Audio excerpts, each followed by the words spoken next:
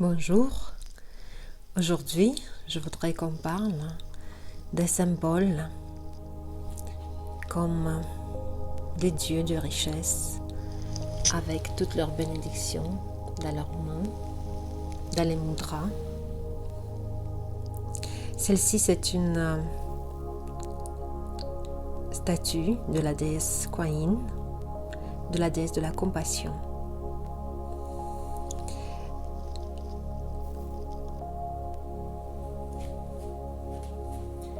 C'était en 2005, lors de mon voyage dans les montagnes jaunes, Huangshan, ici, en Chine, que j'étais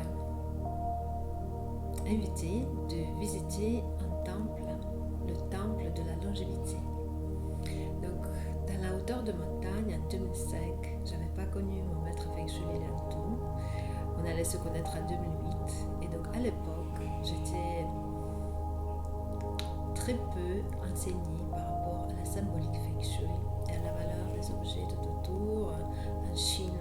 Donc, j'étais dans un pays qui était plein de symboles, plein de valeurs autour de moi, mais je ne connaissais pas la vraie valeur. Donc, je pouvais que contempler et me réjouir de tous ces beaux objets autour. Donc, on est allé à la montagne jaune, dans le temple de la longévité, et comme dans beaucoup de temples qui se trouvent à la montagne, il y a beaucoup de marches à franchir, des marches. J'avais la foi, j'avais un bébé dans mes bras, c'était ma fille qui avait quelques mois, et j'étais déterminée d'aller en haut. Une fois arrivée en haut, une splendeur, et bien évidemment des Bouddhas à l'auteur invraisemblable, ça paraît l'infini, c'est des grandes sculptures, et donc tout ça commençait à me parler, tout ça commençait à me toucher le cœur. Et en descendant quelques paliers, déjà sur la descente, on arrive dans un endroit où je rencontre une autre Bouddha, c'est la déesse Kuan Yin, mais à l'époque je ne la connaissais pas. C'est ma première rencontre avec la déesse Kuan Yin. Et donc, fort heureusement, dans ce voyage, il y avait des gens de Malaisie, donc des Chinois de Malaisie qui parlaient bien anglais. Et eux, ils se sont arrêtés pour prier à la déesse Kuan Yin. Et moi, dans mon cœur, je priais de connaître un peu plus cette déesse, quel est son rôle dans la vie des gens. Et bien sûr, mon vœu, ça a été exaucé au fur et à mesure avec les années, avec ma rencontre avec Liantou, le Feng Shui, la pratique. J'ai bien connu le bienfait de cette déesse. Aujourd'hui, le grand sujet que je veux aborder, c'est le symbole de ces dieux dans leurs mains. Donc la déesse Kuan Yin, elle tient une vase qui semble averser vers nous un nectar de l'eau ou un nectar. Et donc là, la vraie valeur symbolique, la vraie valeur de le Feng Shui, c'est que c'est une déesse pleine de compassion vers les gens, prête à venir à l'aide dans tout moment. Il suffit d'avoir la foi et il suffit de demander. Et là, avec son nectar, elle fait la voie vers votre cœur pour vous donner plein de choses. Recevez-les. Mais là, il est le problème. Est-ce qu'on est prêt à le recevoir? Pas toujours. Et donc, symboliquement, je vous invite de réfléchir à ce rituel Feng Shui de recevoir. Recevoir, il est aussi important que donner. Sauf que donner, on nous a appris depuis petit, mais recevoir, on ne nous a pas appris. Et des fois, qu'est-ce qu'on fait quand on nous propose quelque chose?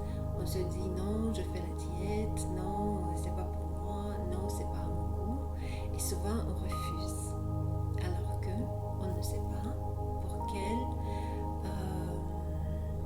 quel besoin on peut recevoir cet objet ou les choses qui viennent dans notre vie.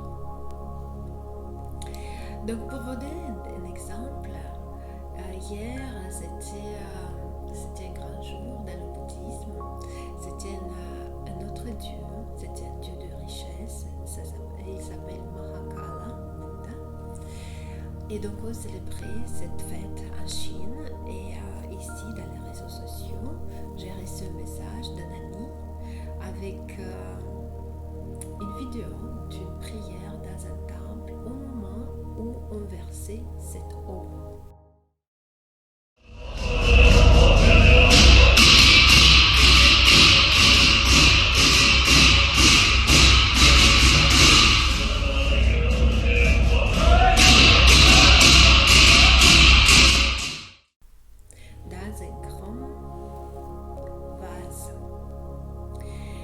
Et donc pour moi, ça a été un signe, c'est un symbole, c'est la richesse, c'était un grand jour, effectivement, puisque je recevais des bonnes nouvelles d'un commencement d'un projet Feng Shui pour moi. Et pour des gens qui ont demandé mon aide pour leur maison. Et comme c'est un grand projet dans leur vie, c'est un grand projet à aboutir à une harmonie. Et donc c'était le jour où les dieux me montraient que c'est un beau projet, qu'on est sur la bonne voie, que les dieux sont bienveillants. Et là, comment est-ce qu'on se prépare dans ces cas-là? Rassurez-vous, c'est simple. On fait ce qu'on nous a toujours appris, on donne. Donc pour recevoir, il faudra faire le vide. Sinon, si la tasse est pleine, au rebord, ça ne va pas rentrer, on ne pourra pas accueillir les nouvelles choses. Et donc de suite, quand vous voyez un signe comme ça, comme hier, j'ai vu le signe de rituel, de recevoir cette eau de bénédiction des dieux. Faites vite vos rituels de donation. Réfléchissez, qui est-ce autour de vous a besoin et de quoi? Qu'est-ce que ça leur fera plaisir? Faites vos dons. Voilà, un rituel tout simple avec les dieux bienveillants qui ramènent la richesse et le Feng Shui et l'harmonie dans votre vie. Je vous embrasse bien fort et à la semaine